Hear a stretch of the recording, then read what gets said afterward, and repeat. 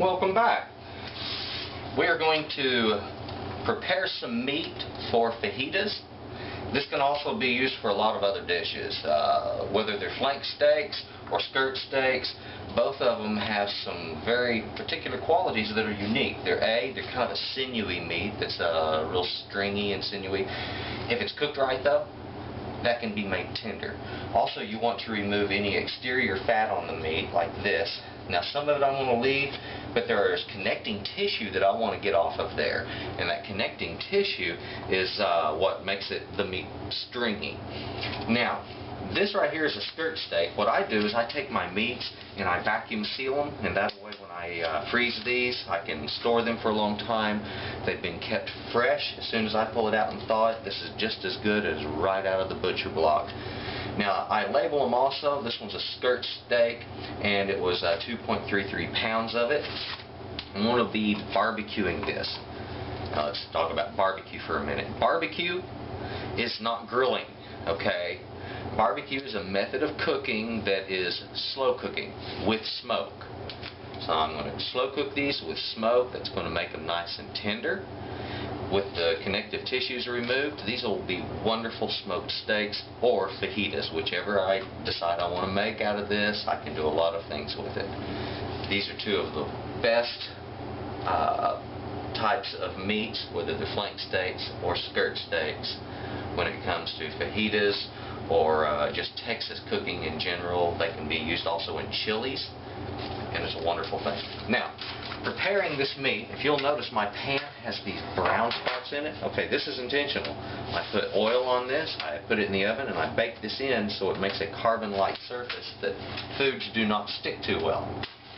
Okay, so this is old-fashioned technique. It's been done for many, many, many years, and it works. There we go. Now, look at these. I notice right off there is a lot of fat on this. This isn't going to be hard to remove. Just slide your knife right up underneath it. Watch that fat come right off of there, okay? That's all you have to do. Just gentle. Now, when you're removing this fatty tissue, take your time. If you'll notice, there's a membrane here. Sometimes that can be pulled off of the meat. If it's really stubborn, you can slide your knife right up underneath it. And this steak is not bad. The membrane has broken down well. It's very soft. So it's not going to fight my cooking very much. Let's look at the other side here. Another thick band of fat on there. So quickly and easily that blade slides through there. It was something that's very important is a sharp knife. Always keep your knives just razor sharp. If you do that, you won't fight it. It will slide gently underneath things, through things, and your cutting will be smooth. If you connect with a little bit of red meat when you're doing this, it's not a crime. See right there, just a little bit right on that edge. There's not enough lost that I'm going to lose any sleep over that. So, you just keep doing that until I get the meat all just like I have right here in the middle. Just a little bit of banding, a little striping. And that fat will provide good flavor in the meat. It'll help it cook well. If you have too much fat on here, when you put this out on the grill, it's going to have a tendency to light up. It'll turn into a fire and you will have charred meat, not a happy or pretty thing.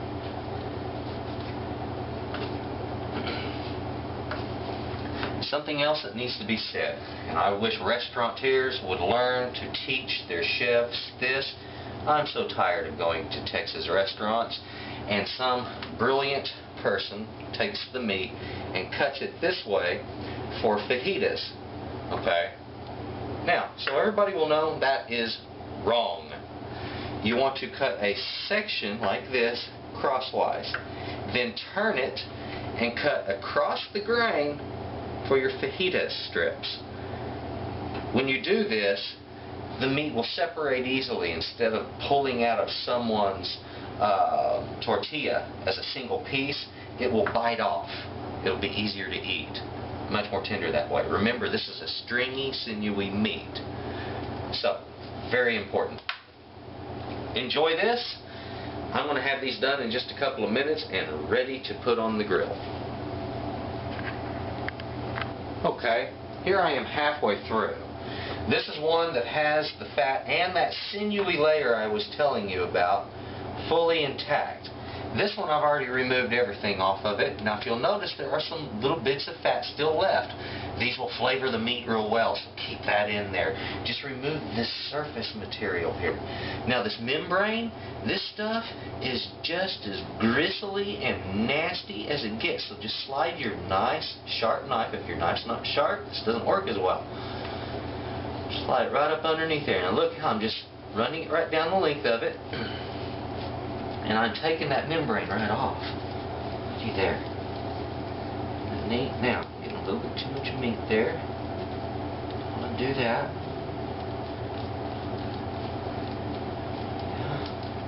Cut upwards. There.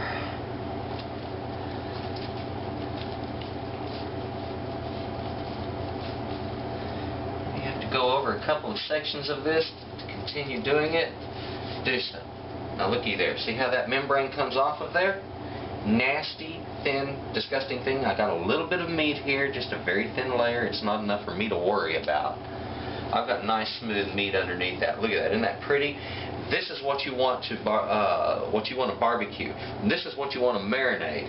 If you marinate this outer layer, you've only flavored that sinewy portion, and the meat underneath doesn't have any flavor in it. Get this off of there. Get the gristly effect out of the meat, and you will have a wonderful cut here. This cut takes a little bit of time. Now some good butcher shops will go ahead and do this for you, but guess what? You're going to pay about an extra $1.50 a pound for it, okay? $1 to $1.50 a pound to get this trimmed off.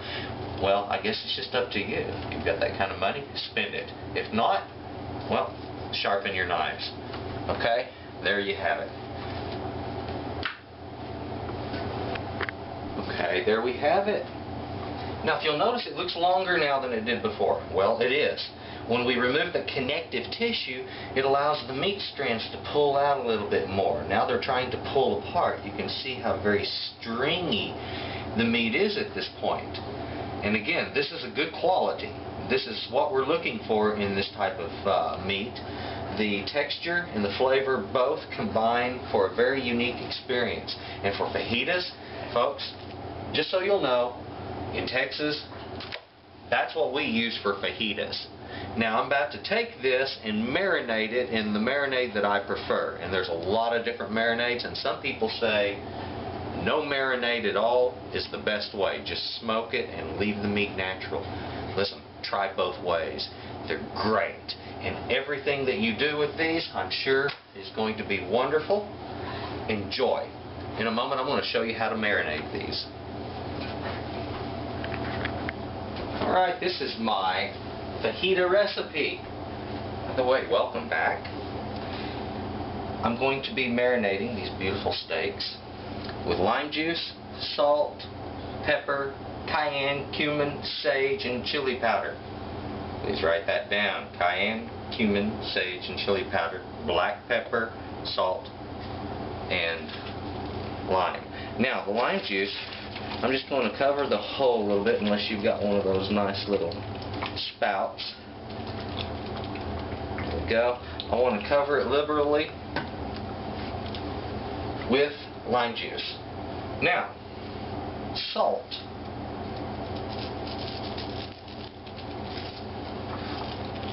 If you'll notice, I use an open salt container. I've been doing this for years. It allows me to sprinkle in exactly how much I want and where. Some parts of the meat are thicker. I might want more salt there. Who knows? Okay. Black pepper. Now, I've done this on another video. It was a video done for camping purposes. Here's the recipe for camping. Well, it works anywhere, folks. Okay. I believe I did that on my tailgate, if I remember right, in Colorado, right up near the Holy Cross Wilderness. This is cayenne. Let's put a little cayenne down on there. Yes, we were up in an area right in between the Holy Cross Wilderness and the Hunter Frying Pan Wilderness, and very secluded. We had to go over the Continental Divide in my truck to get there, and back there at a nice quiet little lake, we enjoyed just absolutely good times. I cook like this when I'm out in the wild, okay, so we have a really fun time while we're out there. Now, the more cayenne you put on there, the hotter this is going to be. Be careful about it. If you notice, I was a little heavy-handed on it, but then I like my meat kind of hot. So pay attention to how much I put on there so you don't muck it up. The cumin, boy, if you want a flavor that is just common to Texas, well, this is it right here. Yes, I hit the little bottle against my fist. Why? Because I want to meter how much comes out, and this is the best way I have found to do it. Cumin, put that in your beans, put it on your meat, get it in your chili. You've got Texas flavor going on there. Some sage. Now, why are these Texas flavors? Well, because these are all plants that when we got here were growing in the region. They were common to this area because both the Indians as well as the Mexicans living here in Texas, well, these are what they used. These were the spices and herbs that they used. Sage is an herb. Cumin is a spice that comes from a seed, okay? Chili powder, alright. If you want to use chili powder, you can do it on this. It is not necessary. I'm going to go kind of light with it this time. Now, if you'll notice, I've got my meat well seasoned. Okay? This is a lot like a dry rub. You might look at it that way.